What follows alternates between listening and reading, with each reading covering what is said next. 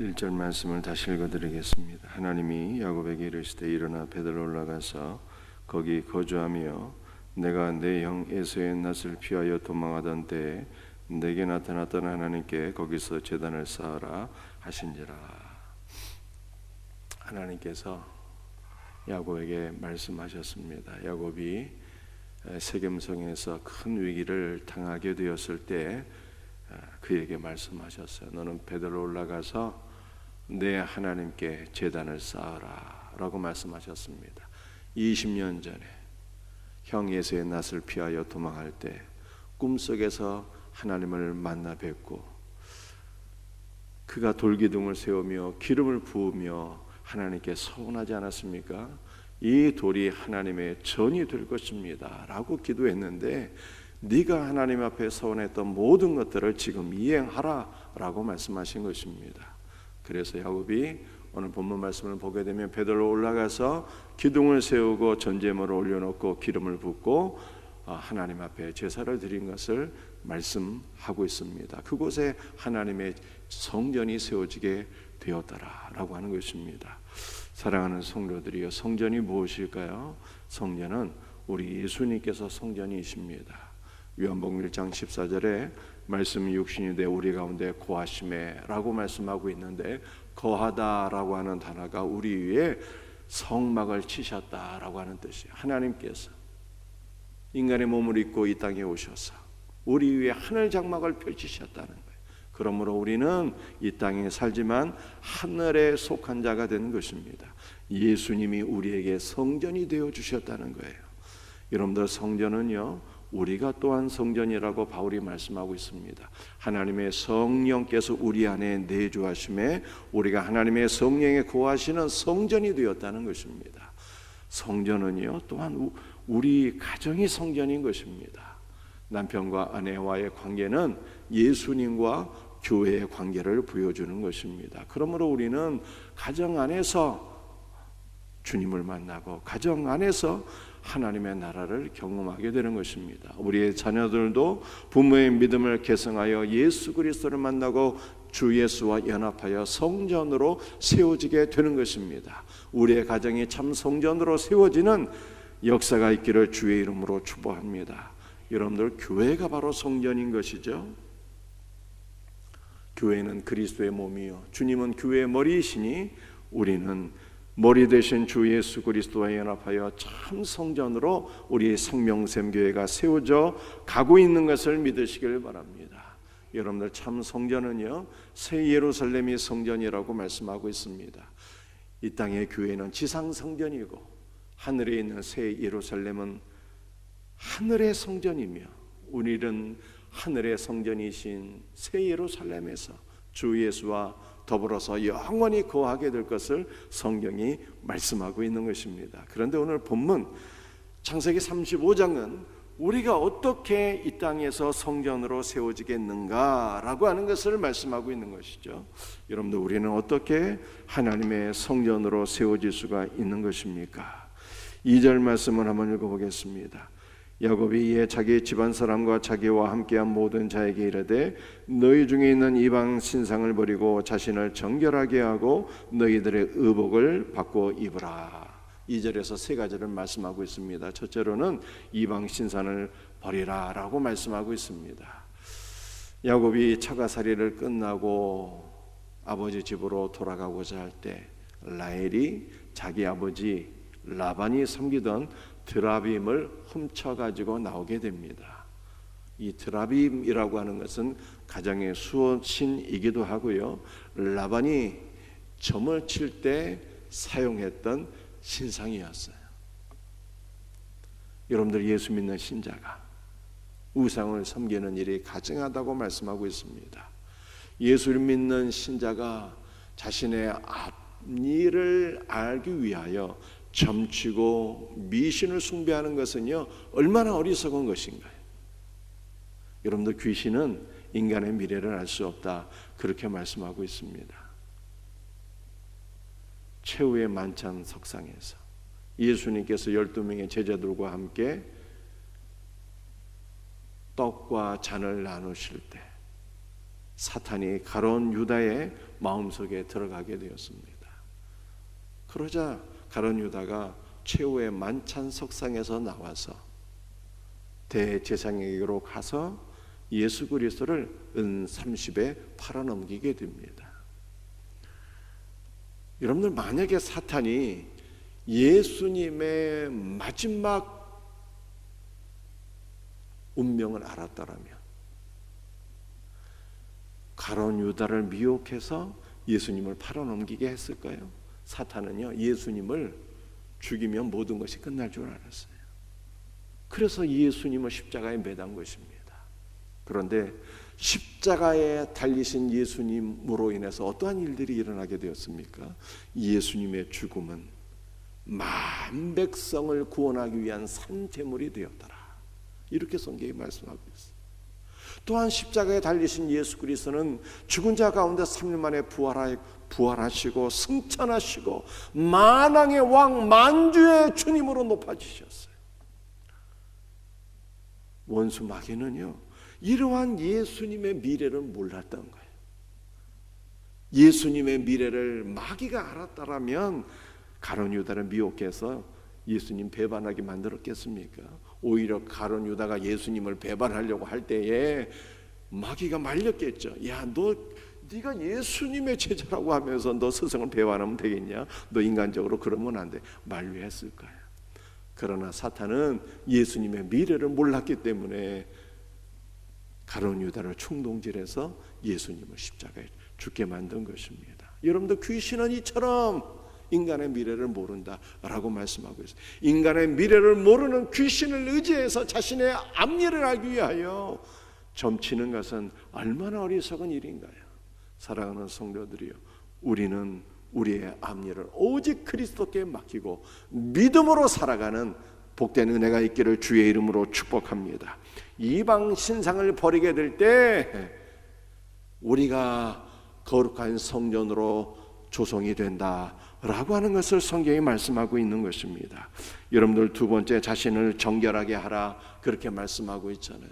여러분들, 우리의 손과 발은 물로 씻어서 깨끗하게 할 수 있으나 우리의 영과 마음은 물로 씻을 수가 없다고 성경이 말씀하고 있잖아요.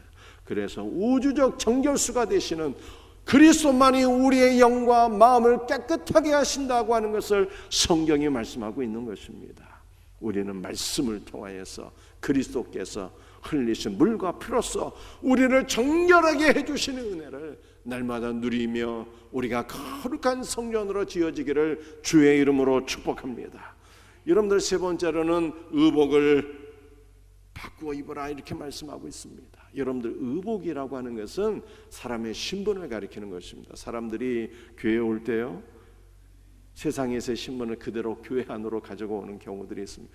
나는 사장이고, 나는 이사이고, 나는 판검사이고, 나는 의사이고, 사회적 신분을 그대로 교회 안으로 가지고 와서 교회 안에서 인정받고 높임을 받고자 하는 모습들을 우리가 볼 수가 있습니다.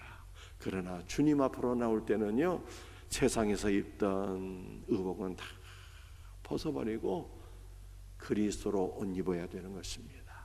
그리스도로 옷 입게 될 때 우리는 참 성전으로 지어지게 될 것을 믿으시기를 바랍니다. 여러분들, 우리가 성전으로 지어지기 위해서 또 어떤 것들이 있어야 될까요? 4절 말씀 보시겠습니다. 그들이 자기 손에 있는 모든 이방 신상들과 자기 귀에 있는 귀고리들을 야곱에게 주는지라 야곱이 그것들을 세겜 근처 상수리 나무 아래에 묻고.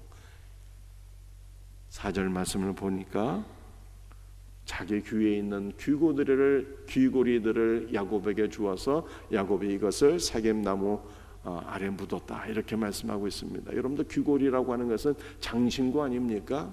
자기 자신을 아름답게 포장하고 꾸미는 것을 가리키는 것입니다. 자기 자신을 자랑하는 것을 의미하는 것입니다. 여러분들, 우리는 우리를 꾸미고 아름답게 하는 모든 것들을 내려놔야 되는 거예요. 우리의 모든 자랑거리들을 다 내려놔야 되는 것입니다. 여러분들, 예수 믿는 신자는 더 이상 세상적인 것들이 우리의 자랑거리가 되면 안 되는 것입니다. 나의 학벌이나 나의 물질이나 그러한 것들, 나를 꾸미고 포장하고 나를 자랑하게 하는 모든 것들을 내려놓고 우리의 자랑거리는 오직 주 예수가 되어야 되는 것입니다. 여러분들 우리를 포장하고 자랑하게 하는 이 모든 것을 내려놓을 때 우리는 거룩한 성전으로 조성될 것을 성경이 말씀하고 있습니다. 8절 말씀 보시겠습니다. 리브가의 유모 드보라가 죽음에 그를 베델 아래에 있는 상수리 나무 밑에 장사하고 그 나무 이름을 알론 바굿이라 불렀더라. 아멘. 아브라함이 사랑하는 아들 이삭을 장가 보내기 위해서 자신의 종을 바담 아람으로 보내게 됩니다. 부두엘의 집으로 보내게 되죠. 그래서 그곳에서 이삭의 배필을 구하게 됩니다. 그 이름이 바로 리브가였어요. 리브가는 야곱의 장인 라반과 온누이 지간이었습니다.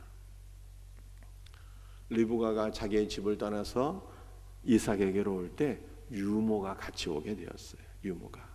그런데 그 유모가 리브가와 함께 이삭에게로 올 때는요, 이름이 성경에 기록되지 않았습니다.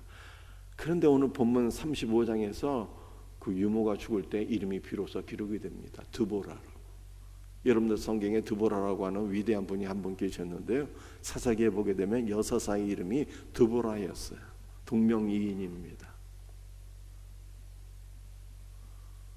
여러분들이 드보라 어떤 인물이었을까요? 리브가를 어렸을 때부터 키우고 돌보던 어머니와 같은 유모였습니다. 이 리브가가 시집 올 때 같이 따라오게 되었어요. 그리고 리브가가 또 두 아들을 낳게 될 때 이 두 아들을 자기의 손주처럼 그렇게 사랑하며 키웠던 분입니다. 그러니까 야곱에게 리브가의 유모는 마치 친할머니 같은 존재였어요. 이 리브가의 유모가 죽게 될 때 야곱과 모든 가족들이 매우 슬퍼하며 곡하며 그를 베델에 있는 상수리 나무 아래에 묻었더라. 이렇게 성경이 말씀하고 있습니다. 여러분들 리브가의 유모 드보라는 일평생 가족들을 사랑하며 섬기던 여인이었어요. 이름도 없이 빛도 없이 섬기던 분이었어요.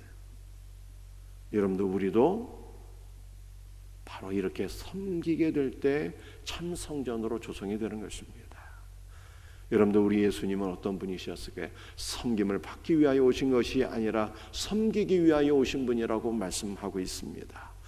죽기까지 우리를 사랑하시고 섬기셨는데 우리도 그리스도 예수처럼 오늘 본문에 나와 있는 리브가의 유모 드보라처럼 사랑하며 섬기게 될 때 우리 모두가 거룩한 성전으로 지어지게 될 것을 믿으시기를 바랍니다. 10절 말씀을 보시겠습니다.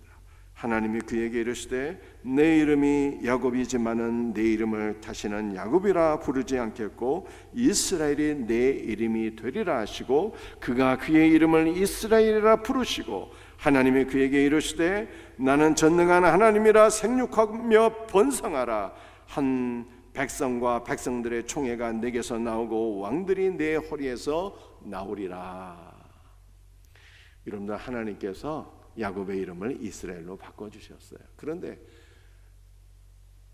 야곱의 이름이 언제 바뀌어지게 되었습니까? 야복강 나루터에서 야곱이 하나님과 더불어 씨름할 때 하나님께서 이름을 바꿔주셨잖아요. 하나님께서 야곱과 씨름하실 때 야곱이 하나님을 붙잡고 내게 복을 주옵소서 하며 놓지 않으니까 하나님께서 야곱의 환도뼈를 부러뜨리셨습니다. 여러분들 환도뼈 이 엉치뼈이거든요. 엉치뼈가 부러지게 되면 사람은 움직일 수가 없어요. 그러니까 노인들이 연세 드셔서 넘어지게 되는 것이 제일 위험하다고 하지 않습니까? 넘어지게 되면 엉치뼈가 부러지면 이 기동 못하게 되고 결국에는 돌아가시게 되는 것입니다. 그런데 야곱이 하나님과 더불어 씨름할 때 그 엉치뼈가 부러진 것입니다. 전혀 힘을 쓸 수가 없는 상태가 되었어요. 그때 하나님께서 야곱의 이름을 이스라엘로 바꿔주셨습니다. 이제 야곱은 어떠한 사람이 된 것입니까? 여러분들 야곱이라고 하는 것은 그 이름의 뜻이 남의 발목을 붙잡아서 넘어뜨리고 자기가 승리하고 이기는 자다, 이런 뜻을 가지고 있습니다. 야곱은 하나님과 더불어 씨름하기 이전까지는 자신의 힘과 능력으로 남의 발목을 붙잡고 넘어뜨리고 자기가 이기고 승리하는 자로 살았던 것입니다. 그런데 하나님께서 그의 이름을 이스라엘로 바꿔주셨잖아요. 그러므로 이제 야곱은 자신의 힘으로 사는 자가 아니라 하나님의 힘과 능력을 의지하며 사는 자가 되었다는 뜻입니다. 하나님의 힘과 능력을 의지하여 남의 발목을 붙잡고 쓰러뜨리고 넘어뜨리는 자가 아니라 하나님의 능력으로 한 사람을 온전한 믿음의 사람으로 세우고 축복해 주는 그러한 복된 그리스도인으로 야곱이 변화가 되었다는 뜻입니다. 이 이름이 바로 이스라엘이죠. 하나님의 능력으로 사는 자, 하나님의 힘과 능력으로 한 영혼을 세워주는 자, 온전한 믿음의 사람으로 세우기 위하여 살아가는 자, 이것이 바로 이스라엘이에요. 그런데 하나님께서 이 이름을 창세기 35장에서 다시 한 번 더 확증해 주신 거예요. 네 이름이 야곱이 아니라 이스라엘이라. 너는 하나님의 힘과 능력으로 사는 자라. 이렇게 말씀해 주신 거예요. 사랑하는 성도들이, 우리 모두가 나의 능력과 힘이 아니라 하나님의 은혜와 능력을 힘입어 살게 될 때, 하나님의 힘과 능력으로 한 영혼을 온전한 믿음의 사람으로 세우기 위하여 살아가게 될 때, 우리는 하나님의 성전으로 세워지게 될 것을 믿으시기를 바랍니다. 여러분들, 하나님께서 야곱의 이름을 이스라엘이라고 다시 한 번 더 확증해 주시면서 또한 약속하십니다. 내게서 한 백성의 총회가 나오리라. 여러분들, 백성의 총회라고 하는 것은 교회를 가리키는 거예요. 내게서 교회가 나오게 될 것을 하나님께서 말씀하신 거예요. 여러분들, 이것이 우리에게 주시는 약속의 말씀입니다. 우리가 하나님의 힘과 능력을 의지하며 살아가게 될 때 우리만 성전으로 세워지는 것이 아니라 우리의 자녀들이 백성들의 총회, 즉 거룩한 교회로 세워지게 된다는 뜻입니다. 이 놀라운 은혜가 우리 모두에게 있기를 주 예수의 이름으로 축복합니다. 말씀을 마치겠습니다. 여러분들, 우리와 우리의 자녀들이, 우리의 생명샘교회가 하나님께서 기뻐하시는 거룩한 교회로 세워지게 될 것을 믿습니다. 어떻게 해야 되는 것입니까? 이방 신상을 버리고 우리가 그리스도 안에서 정결하게 되고 그리스도로 옷 입고 우리가 그리스도와 같이 죽기까지 섬기는 자가 되고 그리고 우리의 힘이 아니라 하나님의 힘과 능력으로 살아가게 될 때 우리는 거룩한 성전, 우리만이 아니라 우리의 가정이, 우리의 자녀손들이 거룩한 성전으로 세워지게 될 것을 믿습니다. 이 놀라운 은혜가 우리 모든 성도들의 가정에 넘치기를 주 예수의 이름으로 축복합니다. 기도하시겠어요? 아버지 하나님, 감사합니다. 오늘 창세기 35장의 말씀을 붙잡고 간절히 기도합니다. 주여, 우리와 우리의 자녀들이 하나님의 집, 하나님의 성전으로 세워지는 놀라운 은혜가 있기를 간절히 기도합니다. 이방 신상을 내어버리게 하소서. 우리가 세상의 모든 헛된 우상과 점치는 것을 의지하는 것이 아니라 오직 우리의 믿음의 대상이 되시는 주 예수 그리스도를 신뢰하며 살아가게 하여 주옵기를 간절히 기도합니다. 그리스도 안에서 날마다 정결하게 하옵소서. 오직 예수 그리스도로 옷 입게 하여 주옵소서. 주여, 두보라처럼 예수님처럼 섬기며 살아가게 하여 주시옵소서. 주여, 우리의 힘과 능력이 아니라 오직 주 예수 그리스도의 은혜와 능력으로 살아가서 우리 모두가 하나님의 성전이 되며 우리만이 아니라 우리의 자녀손들이 거룩한 교회로 세워지는 놀라운 주님의 역사가 나타나게 하여 주시옵소서. 오늘 이 새벽에 주 예수의 벌로 우리를 덮으소서. 성령을 부어 주시옵소서. 주 예수의 이름으로 간구하는 모든 것들을 주여 들으시고 응답하여 주시옵소서. 모든 것을 감사하며 예수님의 이름 받들어 간절히 기도드리옵나이다. 아멘.